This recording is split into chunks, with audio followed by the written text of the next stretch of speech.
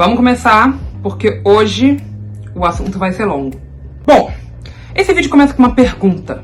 Feminilidade bíblica, ordenança divina ou armadilha do capitalismo? Ai, Agnes, mas será que agora tudo é capitalismo? Sim, tudo é o capitalismo. Ou o irmão gêmeo dele, o patriarcado.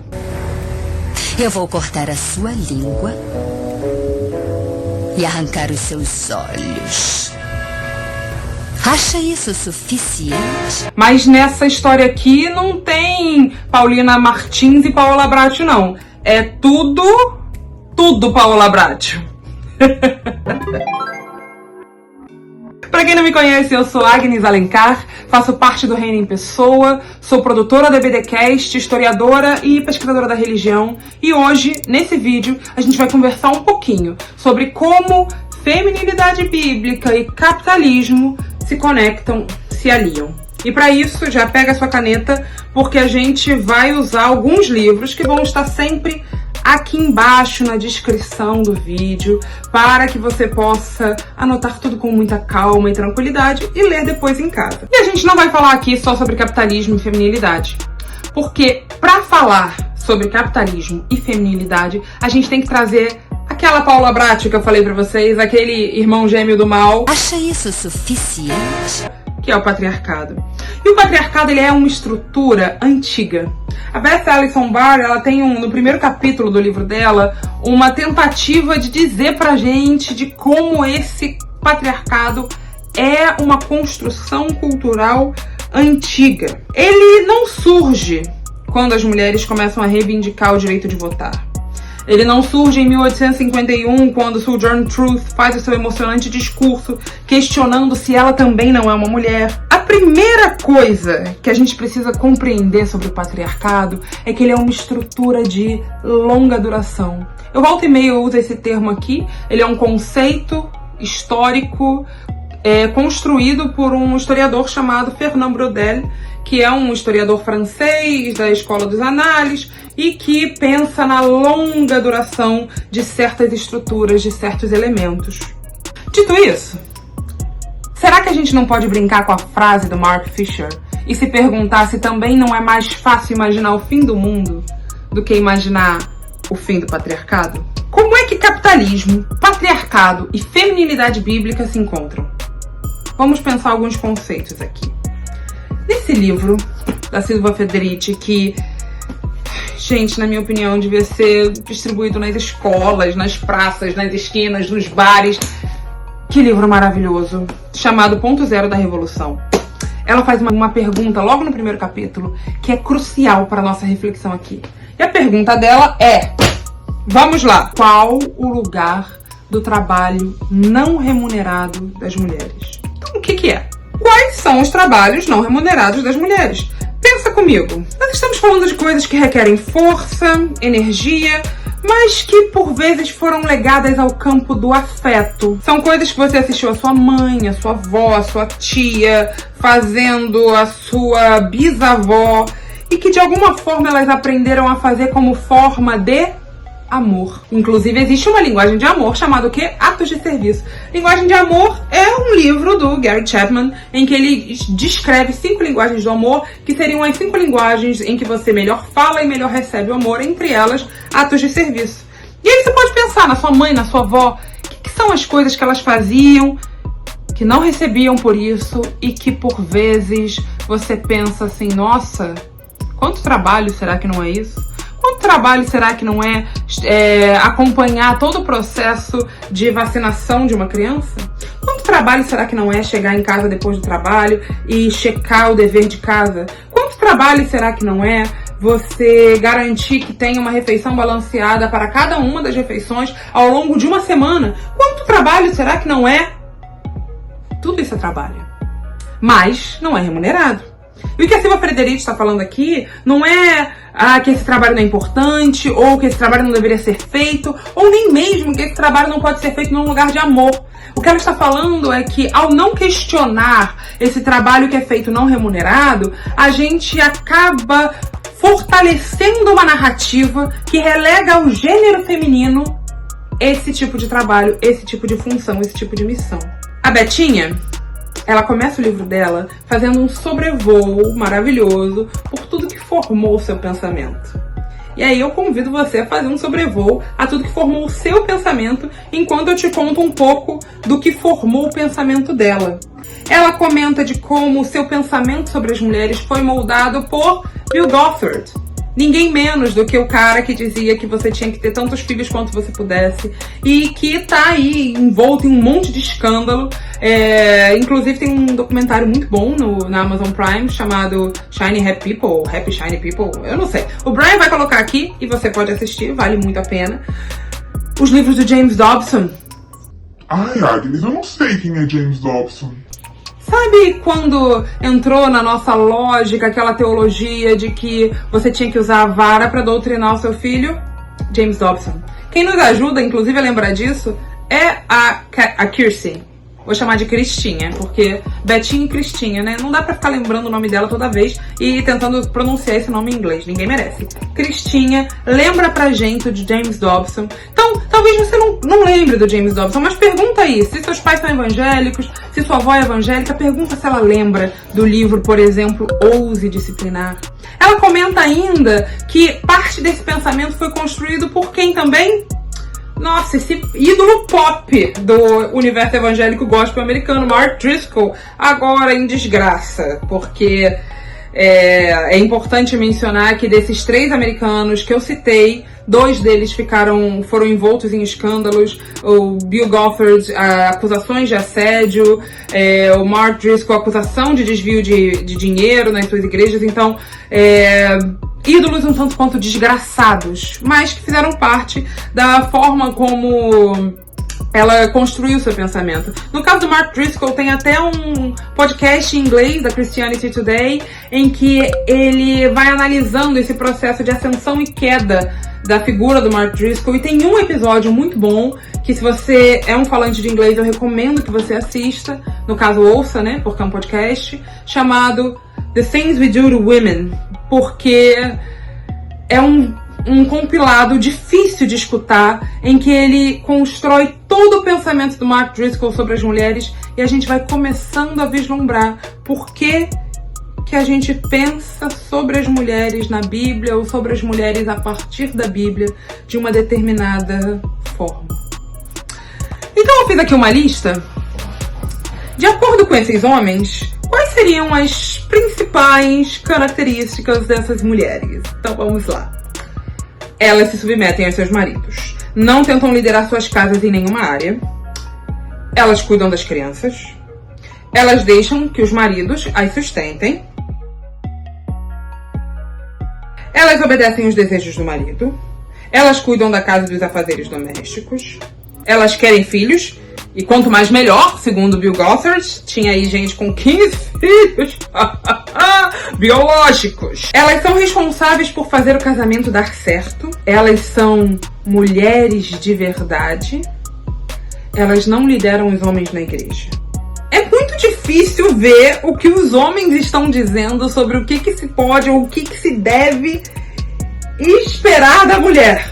A mulher pra mim tem que ser um colosso. A mulher pra ele é a mãe que faz o almoço. Tem americanos, gente, como John Piper, dizendo que uma mulher deve suportar uma situação de abuso para não pecar. Tem brasileiros, como Anderson Silva, criticando o empoderamento e liderança feminina. Tem o Cláudio Duarte dizendo o que uma mulher tem que ser e fazer para que ela seja sábia. Uma mulher com 39,5 de febre levanta, coloca os filhos pro colégio, coloca o marido para trabalhar, arruma a casa, paga as contas, faz almoço, pega as crianças no colégio, recebe o marido à noite, faz amor com ele, toma um antitérmico e vai dormir. E não se engane. Nenhuma, absolutamente nenhuma dessas narrativas é ingênua. Basta perceber a aproximação da figura da Michelle Bolsonaro, das mulheres cristãs, e perceber como essa imagem da Michelle vai sendo construída para ser como um grande espelho desse ideal de feminilidade bíblica ditado por quem? Por vários homens que eu já citei aqui pra você. A forma como falamos das mulheres não é neutra. Aliás, gente, neutro só sabonete de bebê. sabonete de bebê, aí você compra neutro. As outras coisas todas, nada é neutro, nada é neutro. Mas voltamos aqui. A quem interessa falar das mulheres dessa forma? A quem interessa ditar ou dizer o que as mulheres podem ou não fazer? Ou pior, a quem interessa dizer o que as mulheres devem fazer? E aí a gente volta para a pergunta que eu pedi para vocês guardarem no coração. Para onde vai o lucro do trabalho não remunerado das mulheres? Uma sociedade na qual os homens não aprendem a cuidar, não aprendem a ser funcionais no sentido mais banal, não aprendem a se cuidar, então autocuidado também é uma coisa que os homens não aprendem, e aí você precisa de uma mulher que seja secretária, que seja cozinheira, que seja faxineira, que seja babá, que seja tudo ao mesmo tempo, que marque todos os médicos, que compre todos os presentes. Mas quem lavará, quem cozinhará? Todo esse trabalho remunerado gera um lucro. Para onde vai? Que essa pergunta também pode ser, eu resumi ela de um outro jeito. Para onde vai o lucro do trabalho mal remunerado? Ou subremunerado também. Porque aí a gente precisa falar das mulheres negras. E eu não vou falar disso aqui por vários motivos. Eu não vou falar da situação específica das mulheres negras porque tem gente muito melhor do que eu falando sobre isso, num lugar de fala muito mais interessante do que o meu. Mas eu recomendo com muita força que vocês leiam um livro da Juliana Teixeira chamado Trabalho Doméstico, que faz parte da coleção Feminismos Plurais. E não assistiram, assistam Que Horas Ela Volta, que é um produto cultural importante do Brasil. Fechei esse parênteses porque eu acho que é importante vocês saberem que falar sobre trabalho não remunerado e trabalho mal remunerado, quando a gente está num recorte só de mulheres brancas, é contar apenas uma parte da história. A gente precisa sempre trazer para essa roda a questão das mulheres negras, que em muitos momentos são obrigadas a cuidarem dos filhos de outras pessoas, mas ninguém cuida dos seus filhos. E um dos exemplos mais emblemáticos e tristes é o caso do menino Miguel, que enquanto a sua mãe cuidava do cachorro da patroa, a patroa não cuidou do filho dela e o menino despenca de um prédio e morre. Então, falar da situação das mulheres não brancas é crucial e fundamental, e tem muita gente fazendo essa reflexão com muito peso, muito fôlego e muito melhor do que eu poderia fazer aqui, mas eu deixo essas indicações e outras na descrição do vídeo. Thales, mas então você está dizendo que não existe um ideal de feminilidade bíblica? Bem, então, é exatamente isso que eu tô dizendo mesmo. É, sim. Eu sei que vai chover gente aqui dizendo pra mim milhões de coisas. Vai chover gente tacando a Bíblia na minha cabeça. Será que o Brian consegue fazer isso? Brian, começa a chover Bíblia aqui na minha cabeça. Vai chover Bíblia aqui. Pois então, eu sei. Eu sei que vocês têm aí um arsenal de versículo pra atirar em mim. E eu, particularmente, tenho um escudo pra cada um deles. Mas não vou me deter nisso. Então, por isso, nós vamos pra parte final desse vídeo, em que nós vamos fazer um sobrevoo pelo texto bíblico. Apesar de serem escritos em momentos profundamente patriarcais, a Bíblia e os livros da Bíblia nos contam múltiplas histórias sobre mulheres na antiguidade.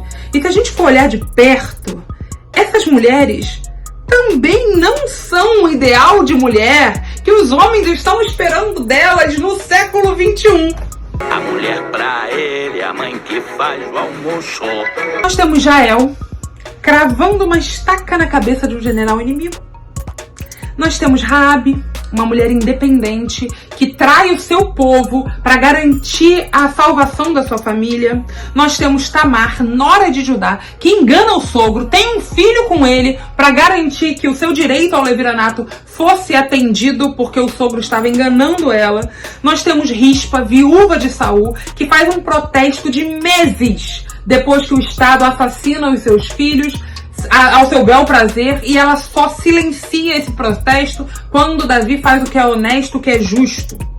Nós temos as parteiras, que em geral ninguém fala sobre elas quando conta a história do Êxodo, mas são mulheres que desafiaram Faraó e não permitiram que mais meninos hebreus fossem mortos, a despeito de todo o risco que elas estavam correndo. Nós temos Joquebede e Miriam, que constroem toda uma narrativa para enganar o palácio e não permitir que Moisés fosse morto. As mulheres sempre tiveram uma forma única e maravilhosa de se aproximar de Deus e nunca se intimidaram. E quem me lembrou isso foi a Ana Maria Galazzi, num vídeo lindo que tá lá no canal da escola da Igreja Batista do Pinheiro, e que eu vou deixar citado aqui também, em que ela lembra da história de Ana, que entra no templo sem permissão para orar, e quando Eli vem repreender ela, achando que ela tá bêbada, ela repreende Eli e fala: me respeita, eu vim pedir a Deus pelo desejo do meu coração. No Segundo Testamento, a presença bíblica também tá ali, mas ela é ainda mais silenciada.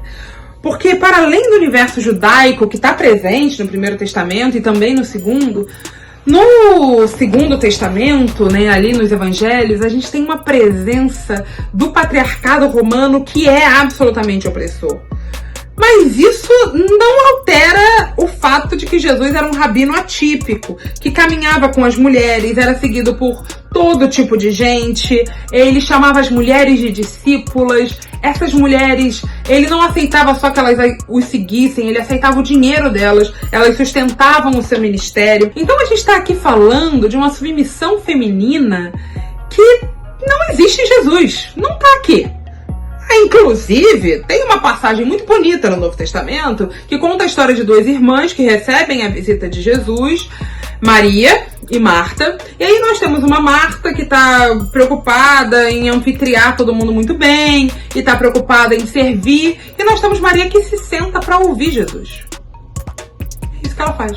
Ela senta para ouvir Jesus. E aí Marta fica revoltada e vai lá tirar satisfação com Jesus e pede a Jesus que mande Maria ajudar ela. E aí o que Jesus responde? O que Jesus responde? Vocês sabem? Maria escolheu a melhor parte, isso não lhe será tirado. Então, peraí, volta. Feminilidade bíblica, submissão, não está em Jesus? Não surge ali? Surge onde? Me coloca no show do milhão, Brian.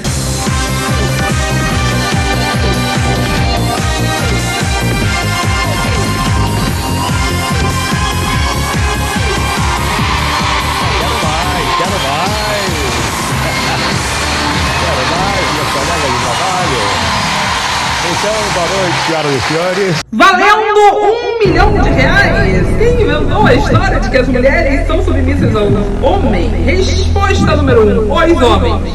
Resposta número 2, Paulo. Resposta número 3, os seguidores de Paulo. Resposta número 4, todas as alternativas anteriores. Quem vai nos ajudar a responder essa pergunta é a teóloga Karen Colares. No livro que eu falei pra vocês, acabou de sair do forno, publicado pela Recriar, chamado Submissão Feminina.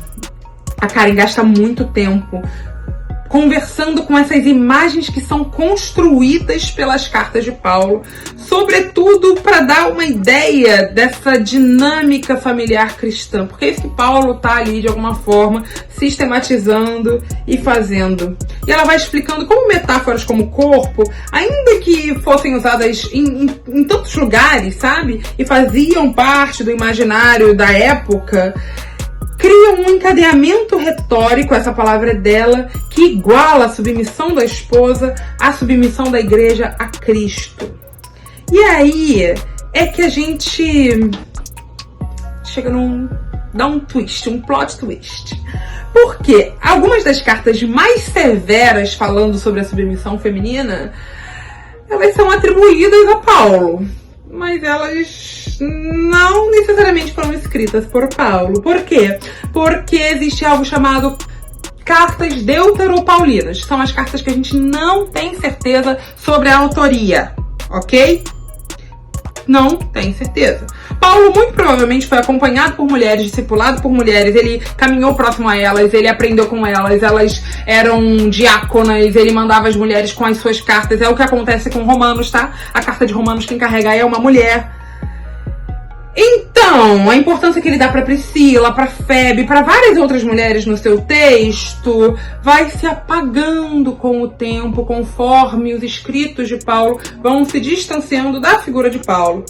Porque existe um momento em que Paulo está escrevendo e existe um momento que são as cartas deuteropaulinas, que quem está escrevendo é a comunidade que segue os ensinamentos de Paulo, ok?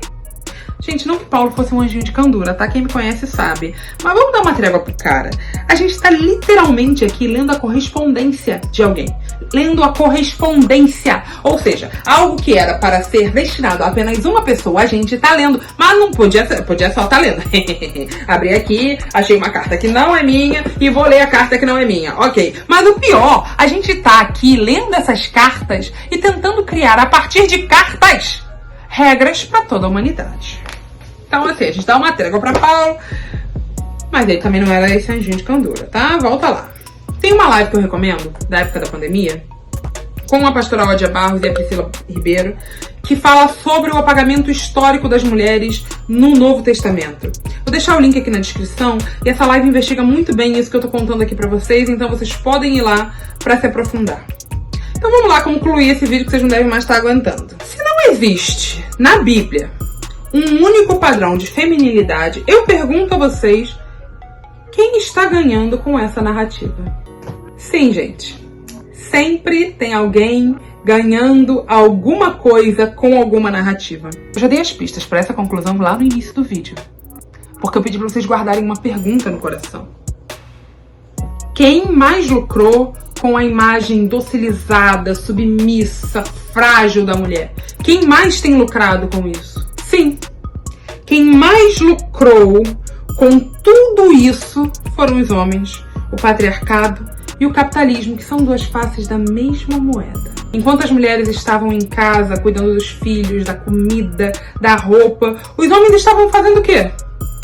Construindo um mundo para eles, construindo um universo que responde às suas necessidades, criando leis que governassem para os homens. Isso é o patriarcado. Porém, a armadilha do capitalismo e do patriarcado é ainda mais cruel quando disse para as mulheres que aquilo que elas estavam fazendo, elas o faziam porque era a vontade de Deus. Quando a Silvia Federici nos convida a pensar sobre a reivindicação de remuneração para os trabalhos feitos por amor, o que ela está dizendo é que tudo isso tem um custo. E se tem um custo, tudo isso gera algum tipo de produto, algum tipo de lucro. Não porque as mulheres não podem optar por ficar em casa e cuidar dos filhos, as mulheres podem fazer o que elas quiserem, tá? E eu defendo isso se isso é o que elas querem fazer. O que é inaceitável é uma mulher acreditar que ela precisa fazer isso ou fazer aquilo porque essa é a vontade de Deus, quando no texto bíblico não tem nada sobre isso. O que é inaceitável é ver mulheres que poderiam estar pregando, poderiam estar sendo missionárias, poderiam estar ensinando, serem relegadas a um lugar de silêncio e submissão porque a mulher não pode ensinar dentro da igreja.